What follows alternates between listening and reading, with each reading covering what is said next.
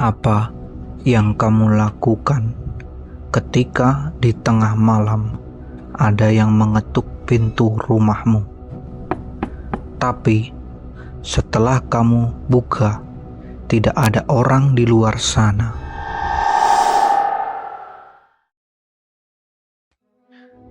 Di suatu malam, hujan turun begitu deras, seolah langit menangis tanpa henti.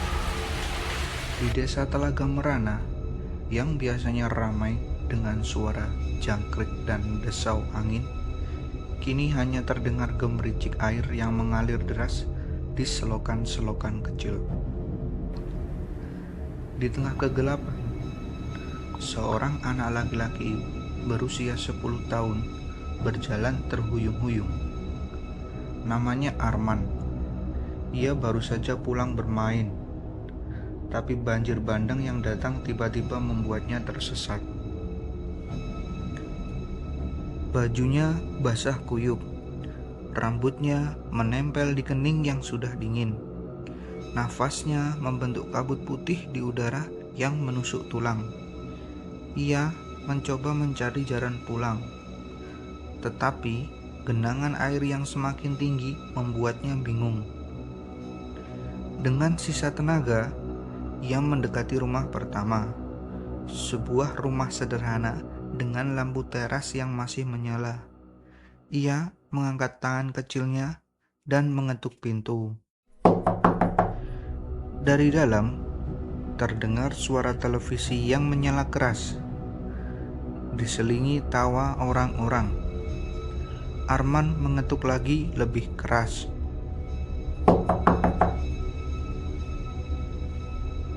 "Siapa itu?" teriak suara laki-laki dari dalam. "Tolong, aku kedinginan," jawab Arman dengan suara gemetar. Ada jeda sejenak, lalu suara itu kembali terdengar. "Ah, pasti anak-anak nakal lagi. Biarin aja." Arman menunggu, tapi tak ada yang membuka pintu. Ia menunduk, air mata panas mengalir di pipinya yang sudah dingin. Ia mencoba rumah berikutnya. Kali ini ia mengetuk pintu dengan harapan yang lebih besar. Seorang wanita parubaya membuka jendela, melihat keluar. Matanya menyipit, mencoba mengenali siapa yang mengetuk. "Bu, tolong, aku tersesat," pinta Arman. Wanita itu mengerutkan kening. "Pulang sana, nak. Jangan ganggu orang tengah malam begini." Jendela itu ditutup dengan kasar. Arman tercekat, hatinya hancur. Ia berjalan lagi, menyeret tubuhnya yang semakin lemas. Di rumah ketiga, keempat, kelima, semua mengabaikannya. Di rumah keenam, ia mengetuk pintu dengan putus asa.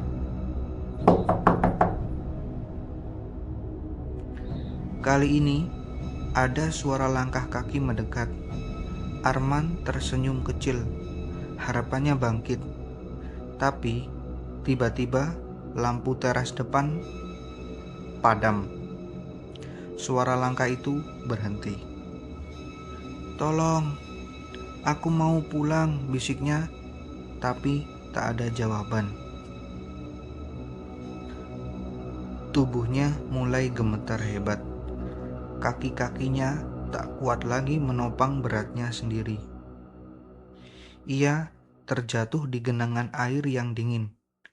Arus banjir mulai menyeret tubuhnya. "Tolong, ada orang," teriaknya sekuat tenaga. Tapi suaranya hilang dalam deru hujan. Tangannya yang kaku masih mencoba meraih sesuatu untuk bertahan, tapi tak ada yang bisa dia pegang. Air sudah mencapai lehernya. Nafasnya semakin berat. Aku tidak mau mati, bisiknya terakhir kali sebelum arus deras menyapu tubuh kecilnya. 3 hari kemudian, mayat Arman ditemukan tersangkut di akar pohon dekat sungai. Wajahnya pucat, bibirnya membiru, dan matanya masih terbuka lebar, seolah memandang dengan penuh ketidakpercayaan. Warga desa berduka, tapi tak ada yang mengaku bersalah. Kami tidak dengar ada yang mengetuk, kata mereka. Arman dimakamkan dengan cepat tanpa upacara yang berarti. Tapi sejak tadi malam itu, sesuatu yang aneh mulai terjadi di Telaga Merana.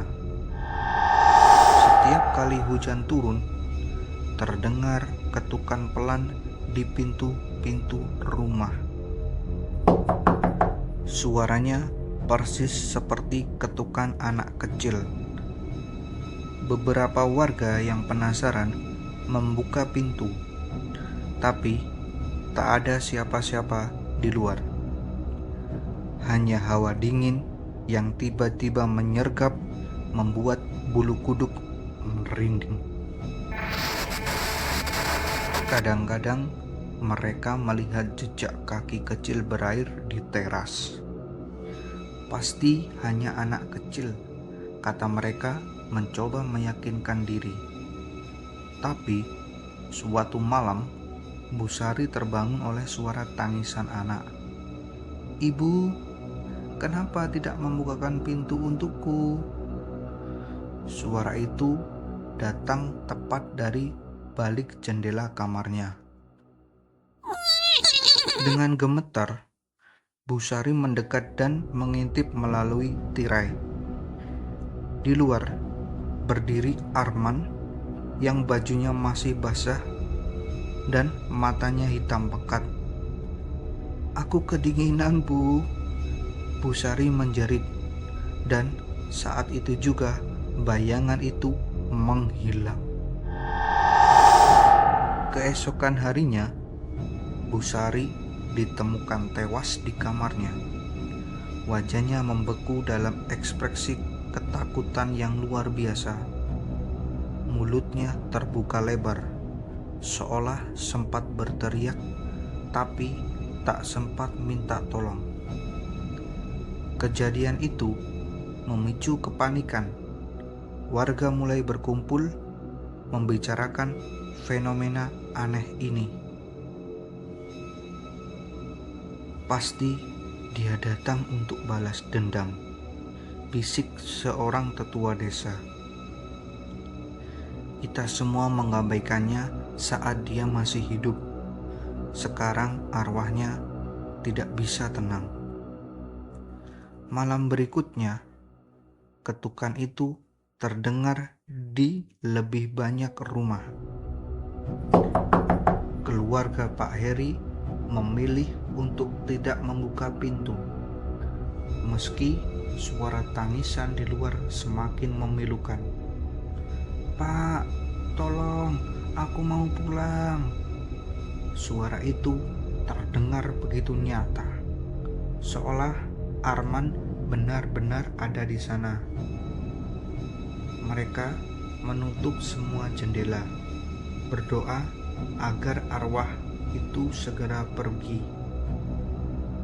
Tapi tiba-tiba listrik padam. Dalam kegelapan, terdengar suara langkah kecil berjalan di lorong rumah. "Kenapa kalian membiarkan aku mati?" Suara itu datang dari dalam rumah. Dan ketika lampu kembali menyala, seluruh lantai basah seperti baru dilalui oleh seorang yang basah kuyup. Beberapa warga mencoba pindah, tapi Arman seolah mengikuti mereka. Dimanapun mereka pergi, jika malam hujan tiba, ketukan itu akan datang lagi. Seorang dukun dipanggil untuk mengusir arwah Arman, tapi ritualnya gagal. Dendamnya terlalu kuat, kata dukun itu dengan ketakutan. Dia tidak akan berhenti sampai semua orang yang mengabaikannya merasakan ketakutan. Malam terakhir, sebelum desa itu benar-benar ditinggalkan, ketukan terdengar di setiap rumah.